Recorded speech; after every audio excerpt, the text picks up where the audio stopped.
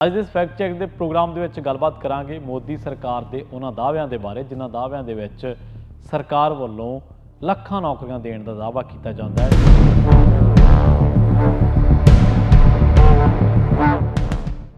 ਸਤਿ ਸ਼੍ਰੀ ਅਕਾਲ, ਤੁਸੀਂ ਜੁੜੇ ਹੋਏ ਹੋ ਪੰਜਾਬੀ ਰੇਡੀਓ USA ਦੇ ਨਾਲ ਤੇ ਮੈਂ ਹਾਂ ਪ੍ਰਵੀਨ ਸ਼ਰਮਾ ਲੈ ਕੇ ਹਾਜ਼ਰ ਹਾਂ ਪ੍ਰੋਗਰਾਮ ਫੈਕਟ ਚੈੱਕ। ਅੱਜ ਦੇ ਫੈਕਟ ਚੈੱਕ ਦੇ ਪ੍ਰੋਗਰਾਮ ਦੇ ਵਿੱਚ ਗੱਲਬਾਤ ਕਰਾਂਗੇ ਮੋਦੀ ਸਰਕਾਰ ਦੇ ਉਹਨਾਂ ਦਾਅਵਿਆਂ ਦੇ ਬਾਰੇ ਜਿਨ੍ਹਾਂ ਦਾਅਵਿਆਂ ਦੇ ਵਿੱਚ ਸਰਕਾਰ ਵੱਲੋਂ ਲੱਖਾਂ ਨੌਕਰੀਆਂ ਦੇਣ ਦਾ ਦਾਅਵਾ ਕੀਤਾ ਜਾਂਦਾ ਹੈ, ਜਿਹਦੇ 'ਚ ਕਿਹਾ ਜਾਂਦਾ ਕਿ ਸਰਕਾਰ ਨੇ ਕਈ ਲੱਖਾਂ ਮਿਲੀਅਨ ਤੋਂ ਉੱਪਰ ਨੌਕਰੀਆਂ ਦਿੱਤੀਆਂ ਨੇ। ਕੀ ਇਹ ਦਾਅਵੇ ਵਾਕਈ ਸੱਚ ਨੇ? ਫੈਕਟ ਚੈੱਕ ਦੇ ਅੱਜ ਦੇ ਇਸ ਪ੍ਰੋਗਰਾਮ ਦੇ ਵਿੱਚ ਇਹੀ ਗੱਲਬਾਤ ਕਰਾਂਗੇ। ਪਰ ਅੱਗੇ ਵਧਣ ਤੋਂ ਪਹਿਲਾਂ ਮੈਂ ਤੁਹਾਨੂੰ ਦੋ ਗੱਲਾਂ ਦੱਸ ਦਿਆਂ।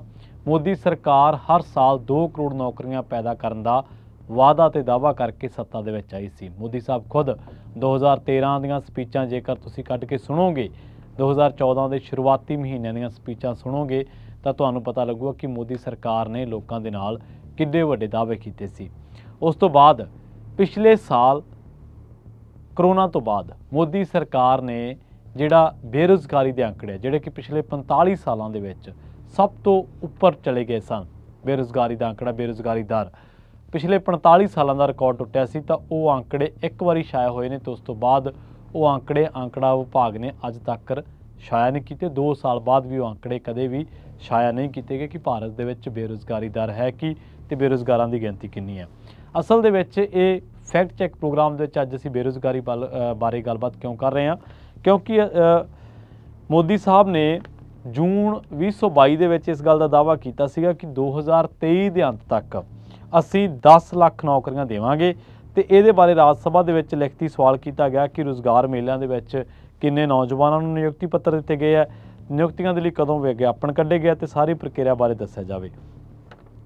ਡਾਕਟਰ ਜਤਿੰਦਰ ਸਿੰਘ ਜਿਹੜੇ ਕਿ ਇਸ ਬਾਰੇ ਰਾਜ ਸਭਾ ਦੇ ਵਿੱਚ ਮੰਤਰੀ ਨੇ, ਉਹਨਾਂ ਨੇ ਅਮਲਾ ਰਾਜ ਮੰਤਰੀ ਨੇ ਡਾਕਟਰ ਜਤਿੰਦਰ ਸਿੰਘ 16 ਮਾਰਚ 2023 ਦੀ ਗੱਲ ਆ, ਜਦੋਂ ਉਹਨਾਂ ਨੇ ਦੱਸਿਆ ਕਿ ਭਰਤੀ ਦੀ ਪ੍ਰਕਿਰਿਆ ਵੱਖ-ਵੱਖ ਏਜੰਸੀਆਂ ਚਲਾਉਂਦੀਆਂ ਵਾ ਤੇ ਵੇਰਵੇ ਵੀ ਉਹਨਾਂ ਕੋਲ ਹੁੰਦੇ ਨੇ। ਸਰਕਾਰ ਨੇ ਪੋਸਟਰਾਂ ਦੇ ਵਿੱਚ ਇਹ ਗੱਲ ਕਹੀ ਕਿ 23 ਲੱਖ ਪ੍ਰਤੱਖ ਤੇ 9 ਲੱਖ ਅਪ੍ਰਤੱਖ ਸਰਕਾਰੀ ਨੌਕਰੀਆਂ ਦੇਣ ਦਾ ਅਸੀਂ ਦਾਅਵਾ ਕਰਦੇ ਹਾਂ, ਪਰ ਸੰਸਦ ਦੇ ਵਿੱਚ ਸਰਕਾਰ ਨੇ ਕੋਈ ਅੰਕੜਾ ਨਹੀਂ ਦਿੱਤਾ।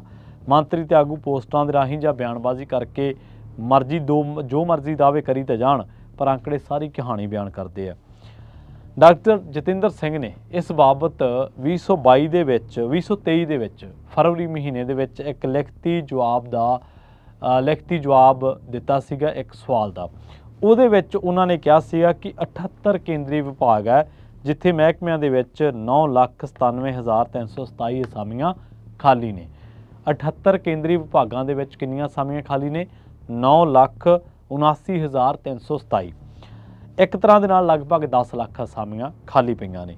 ਰੇਲਵੇ ਦੇ ਵਿੱਚ 2,93,000, ਡਿਫੈਂਸ ਦੇ ਵਿੱਚ 2,64,000, ਗ੍ਰਹਿ ਮਹਿਕਮੇ ਦੇ ਵਿੱਚ 1,43,000, ਡਾਕ ਵਿਭਾਗ ਦੇ ਵਿੱਚ 90,000, ਰੈਵਨਿਊ ਵਿਭਾਗ ਦੇ ਵਿੱਚ 80,000, ਆਡਿਟ ਤੇ ਅਕਾਊਂਟ ਵਿਭਾਗ ਦੇ ਵਿੱਚ 25,000 ਅਸਾਮੀਆਂ ਖਾਲੀ ਨੇ। ਇਹ ਉਹ ਸਵਾਲ ਦੇ ਜਵਾਬ ਦੇ ਵਿੱਚ ਮੰਤਰੀ ਸਾਹਿਬ ਨੇ ਦੱਸਿਆ ਸੀ, ਜਿਹਦੇ ਵਿੱਚ ਪੁੱਛਿਆ ਗਿਆ ਸੀਗਾ ਕਿ ਕਿੰਨੀਆਂ ਅਸਾਮੀਆਂ ਖਾਲੀ ਨੇ। ਪਰ ਜਦੋਂ ਉਹਨਾਂ ਨੂੰ ਇਹ ਪੁੱਛਿਆ ਕਿ ਭਾਰਤ ਦੇ ਵਿੱਚ ਬੇਰੁਜ਼ਗਾਰੀ ਕਿੰਨੀ ਹੈ ਜਾਂ ਕਿੰਨੀਆਂ ਨੌਕਰੀਆਂ ਪੈਦਾ ਕੀਤੀਆਂ, ਤਾਂ ਉਦੋਂ ਸਰਕਾਰ ਨੇ ਕੋਈ ਅੰਕੜਾ ਨਹੀਂ ਦਿੱਤਾ। ਸਰਕਾਰ ਭਾਜਪਾ ਜਿਹੜੀ ਕਿ ਇਸ ਪਾਰਟੀ ਦੀ ਸਰਕਾਰ ਹੈ, ਉਹ ਟਵੀਟ ਕਰਕੇ ਪ੍ਰਚਾਰ ਰਹੀ ਹੈ ਕਿ ਮੋਦੀ ਸਰਕਾਰ ਨੇ 9 ਸਾਲਾਂ ਦੇ ਵਿੱਚ 9 ਲੱਖ ਸਰਕਾਰੀ ਨੌਕਰੀਆਂ ਦਿੱਤੀਆਂ।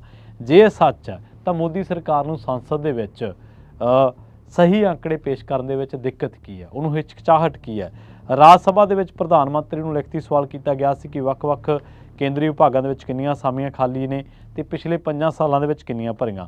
ਇਹਦੇ ਲਿਖਤੀ ਜਵਾਬ ਦੇ ਵਿੱਚ ਅਮਲਾ ਰਾਜ ਮੰਤਰੀ ਡਾਕਟਰ ਜਤਿੰਦਰ ਸਿੰਘ ਨੇ 23 ਮਾਰਚ 2023 ਨੂੰ ਕੋਈ ਅੰਕੜਾ ਨਹੀਂ ਦਿੱਤਾ। ਉਹਨਾਂ ਸਿਰਫ ਇਹ ਦੱਸਿਆ ਕਿ ਵੱਖ-ਵੱਖ ਏਜੰਸੀਆਂ UPSC ਤੇ SSC ਵੱਲੋਂ ਭਰਤੀਆਂ ਕੀਤੀਆਂ ਜਾ ਰਹੀਆਂ ਨੇ ਤੇ ਸਾਰੇ ਵਿਭਾਗ, ਮੰਤਰਾਲੇ ਤੇ ਏਜੰਸੀਆਂ ਭਰਤੀ ਕਰਨ ਦੇ ਵਿੱਚ ਲੱਗੀਆਂ ਹੋਈਆਂ ਨੇ। ਇੱਕ ਪਾਸੇ ਸਰਕਾਰ ਦਾ ਸਾਰਾ ਅਮਲਾ, ਸਰਕਾਰ ਦਾ ਟਵਿੱਟਰ, ਇੱਕ ਪਾਸੇ ਸਰਕਾਰ ਦੇ ਵਿੱਚ ਜਿੰਨੇ ਲੋਕ ਬੈਠੇ ਨੇ ਕੇਂਦਰੀ ਕੈਬਨਿਟ ਮੰਤਰੀ ਜਾਂ ਉਹ ਪੋਸਟਰ ਲਵਾ ਕੇ ਦਾਅਵਾ ਕਰ ਰਹੇ ਕਿ ਅਸੀਂ 23 ਲੱਖ ਪ੍ਰਤੱਖ ਤੇ 9 ਲੱਖ ਪ੍ਰਤੱਖ ਨੌਕਰੀਆਂ ਦਿੱਤੀਆਂ ਨੇ। ਜੇਕਰ ਇਹ ਦਿੱਤੀਆਂ ਨੇ ਤਾਂ ਤੁਹਾਨੂੰ ਅੰਕੜਾ ਪੇਸ਼ ਕਰਨ ਦੇ ਵਿੱਚ ਦਿੱਕਤ ਕੀ ਹੈ? ਜੇਕਰ ਤੁਹਾਡੇ ਕੋਲ ਇਹ ਵੀ ਅੰਕੜਾ ਹੈ ਨਹੀਂਗਾ ਕਿ ਕਿਹੜੇ ਮਹਿਕਮੇ ਦੇ ਵਿੱਚ ਕਿੰਨੀਆਂ ਨੌਕਰੀਆਂ ਦਿੱਤੀਆਂ ਨੇ, ਤਾਂ ਸਰਕਾਰ ਦਾ ਦੂਜੇ ਮਹਿਕਮਿਆਂ ਨਾਲ ਰਾਬਤਾ ਕਿਸ ਤਰ੍ਹਾਂ ਦਾ? ਕਿ ਸਰਕਾਰ ਨੂੰ ਨਹੀਂ ਪਤਾ ਕਿ ਮਹਿਕਮਿਆਂ ਦੇ ਵਿੱਚ ਕਦੋਂ ਜੁਆਇਨਿੰਗਸ ਹੁੰਦੀਆਂ ਨੇ ਤੇ ਕਿਸ ਪੱਧਰ ਤੇ ਹੁੰਦੀਆਂ ਨੇ ਜਾਂ ਉਹਨਾਂ ਦੀ ਕੀ ਪ੍ਰਕਿਰਿਆ। ਠੀਕ ਹੈ, ਮੰਨ ਲੈਂਦੇ ਹਾਂ ਕਿ UPSC ਤੇ SSC ਯਾਨੀ ਕਿ UPSC ਤੇ SSC ਵੱਲੋਂ ਭਰਤੀ ਪ੍ਰਕਿਰਿਆ ਕੀਤੀ ਜਾਂਦੀ ਹੈ, ਪਰ ਇਹ ਤੋਂ ਇਲਾਵਾ ਬਹੁਤ ਵੱਡੀ ਪੱਧਰ ਤੇ ਜਿਹੜੀ ਭਰਤੀ ਪ੍ਰਕਿਰਿਆ ਉਹ ਮਹਿਕਮੇ ਵੀ ਕਰਦੇ ਆ। ਮਸਲਨ ਦੇ ਤੌਰ ਤੇ ਡਿਫੈਂਸ ਦੀ ਆਪਣੀ ਇੱਕ ਪ੍ਰਕਿਰਿਆ, ਜੇਕਰ ਤੁਸੀਂ ਉਹਦੇ ਸਿਵਲ ਦੇ ਵਿੱਚ ਜਾਂਦੇ ਆ, ਜਾਂ ਰੇਲਵੇ ਦੀ ਆਪਣੀ ਇੱਕ ਪ੍ਰਕਿਰਿਆ। ਰੇਲਵੇ ਦੇ ਵਿੱਚ ਸਾਰੀਆਂ ਪੋਸਟਾਂ ਰੇਲਵੇ, ਡਿਫੈਂਸ, ਡਾਕ ਜਾਂ ਕਹਿ ਲਓ ਕਿ ਰੈਵਨਿਊ ਦੇ ਵਿੱਚ ਸਾਰੀਆਂ ਤਾਂ UPSC ਤੇ SSC ਅੰਡਰ ਨਹੀਂ ਆਉਂਦੀਆਂ। ਪਰ ਅਸਲ ਦੇ ਵਿੱਚ ਸਰਕਾਰ ਜੇਕਰ ਇਹ ਦਾਅਵਾ ਕਰਦੀ ਹੈ ਕਿ 9 ਲੱਖ ਸਰਕਾਰੀ ਨੌਕਰੀਆਂ ਪੈਦਾ ਕੀਤੀਆਂ ਨੇ, ਤਾਂ ਇਹ ਵੀ ਉਸ ਦਾਅਵੇ ਦੇ ਬਿਲਕੁਲ ਉਲਟਾ, ਜਿਹਦੇ ਤਹਿਤ ਇਹ ਗੱਲ ਕਿਹਾ ਗਿਆ ਸੀਗਾ ਕਿ ਹਰ ਸਾਲ 2 ਕਰੋੜ ਨੌਕਰੀਆਂ, ਹਰ ਸਾਲ ਹਰ ਬੰਦੇ ਦੇ ਖਾਤੇ ਦੇ ਵਿੱਚ 15 ਲੱਖ ਰੁਪਈਆ ਆਊਗਾ। ਸੋ ਉਹ ਬਾਅਦ ਦੇ ਵਿੱਚ ਕਿਹਾ ਗਿਆ ਕਿ ਇਹ ਜੁਮਲੇ ਨੇ। ਸੋ ਅੱਜ ਦੇ ਇਸ ਫੈਕਟ ਚੈੱਕ ਦੇ ਵਿੱਚ ਇੰਨਾ ਹੀ। ਅਸਲ ਦੇ ਵਿੱਚ ਚਾਹੁੰਦੇ ਹਾਂ ਇੱਕ ਹੋਰ ਫੈਕਟ ਤੇ ਗੱਲ ਕਰ ਲੈਂਦੇ ਹਾਂ, ਉਹ ਇਹ ਕਿ ਬੇਰੁਜ਼ਗਾਰੀ ਦੇ ਮੁੱਦੇ ਤੇ ਕੰਮ ਕਰਦੀ ਜਥੇਬੰਦੀ ਯੁਵਾ ਹੱਲਾ ਬੋਲ, ਇਹਦੇ ਪ੍ਰਧਾਨ ਨੇ ਗੋਬਿੰਦ ਮਿਸ਼ਰਾ। ਇਹਨਾਂ ਨੇ ਕਿਹਾ ਕਿ 2019 ਦੇ ਵਿੱਚ ਸਰਕਾਰੀ ਅੰਕੜੇ ਸਨ ਕਿ ਦੇਸ਼ ਦੇ ਵਿੱਚ ਲਗਭਗ 24 ਲੱਖ ਅਸਾਮੀਆਂ ਖਾਲੀ ਨੇ, ਜਦਕਿ ਉਹਨਾਂ ਦਾ ਅੰਦਾਜ਼ਾ ਇਹ ਹੈ ਕਿ ਕੇਂਦਰ ਤੇ ਰਾਜਾਂ ਦੇ ਵਿੱਚ ਤਕਰੀਬਨ 1 ਕਰੋੜ ਅਸਾਮੀਆਂ ਖਾਲੀ ਪਈਆਂ। UP ਦੇ ਵਿੱਚ ਸਿੱਖਿਆ ਤੇ ਪੁਲਿਸ ਵਿਭਾਗ ਦੇ ਵਿੱਚ ਲਗਭਗ 6 ਲੱਖ ਅਸਾਮੀਆਂ ਖਾਲੀ ਨੇ।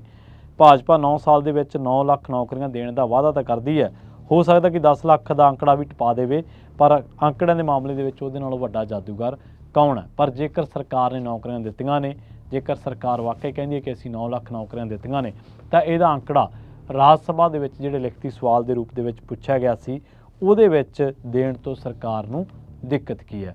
ਜਲਦ ਮਿਲਾਂਗੇ ਇੱਕ ਹੋਰ ਨਵੇਂ ਫੈਕਟ ਚੈੱਕ ਪ੍ਰੋਗਰਾਮ ਦੇ ਵਿੱਚ।